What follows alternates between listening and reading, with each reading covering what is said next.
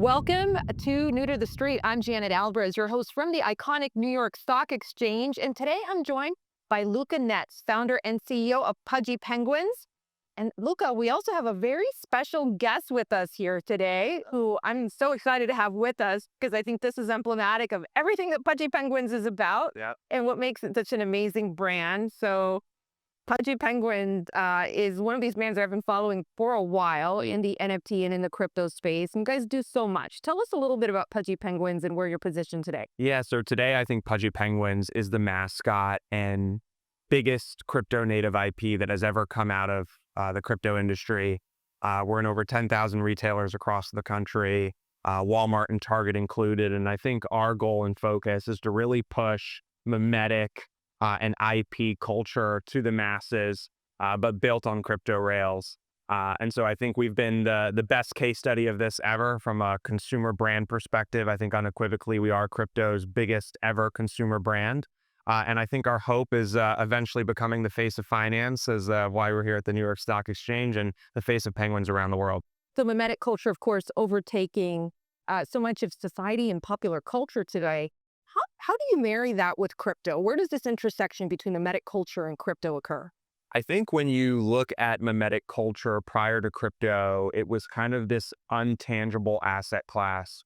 And the beauty about cryptocurrency is it makes intangible assets tangible. And so you've seen this huge rise of the meme coin category over the last couple of years. And to me, I think it's a category that's only going to grow. However, I think prior to Pudgy Penguins Pangu, the category took a very lackadaisical approach, one that was, I think, really predicated around doing nothing and being nothing outside of a meme.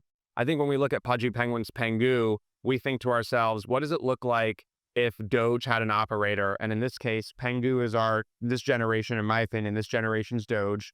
And we think to ourselves, well, if Doge had movies and TV shows and video games and products in thousands of stores and a machine that was continuing to proliferate and keep the IP relevant, I would argue Doge would be exponentially more valuable today. Now, unfortunately, we're not the owners and leaders of Doge. We're the owners and leaders of Pudgy Penguins Pangu, which I think is a more universally appealing IP, one that appeals to more demographics, more age ranges, more people across the globe than I think any other IP, including Doge, prior to it. And I think our goal is to kind of pioneer what I think these meme coins can be, which is consumer brands and generational IPs, and not just memetics that are lackadaisical in their approach. And Pudgy Penguins Pangu, of course, many describing it as the Doge of Asia. Talk to us about your success in Asia. Yeah, so Asia's been huge for us. Obviously, Pudgy Penguins is unequivocally the biggest cute IP to ever come out of this industry. Asia is the epicenter of cute. Korea today, I think, is the hub of culture around the world.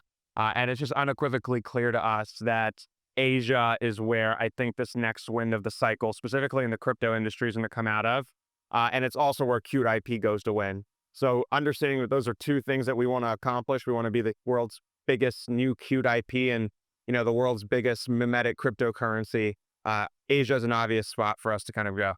So the Pudgy Party, very exciting. Tell us about it and what significance it has. Yeah, so Pudgy Party is just an example of what I think these memetic tokens and ecosystems can be if they have an operator behind it.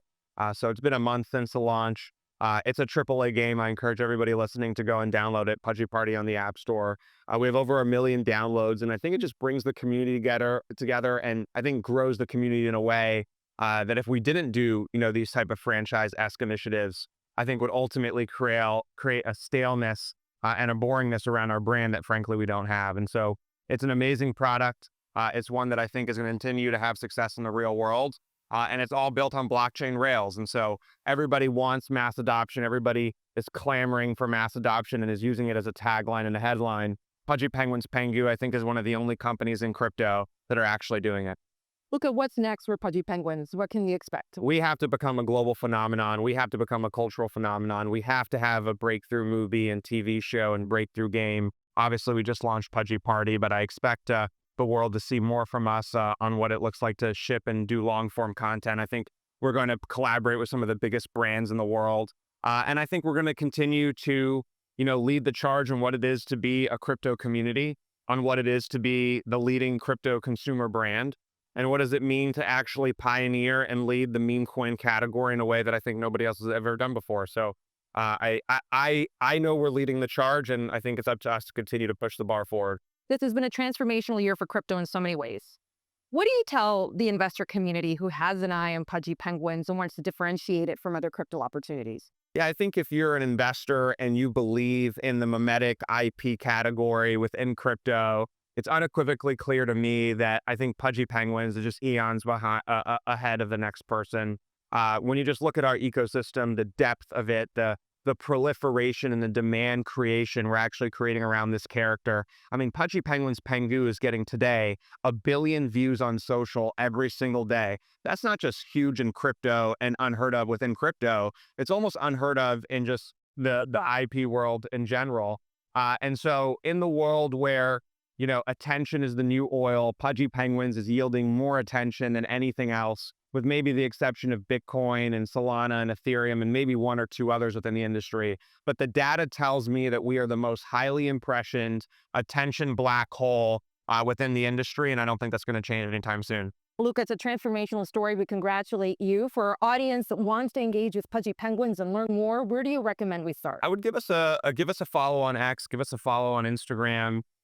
Go to your Robinhood or Coinbase and buy a little bit of Pangu and just see what it's like to be a part of the community. I think once you buy it, you start to pay attention to it a little more. And I think once people really start, have that first kind of inkling and their sonar is on the project and they're looking at it, they start to really see what's so magical and what everybody else has been saying about this.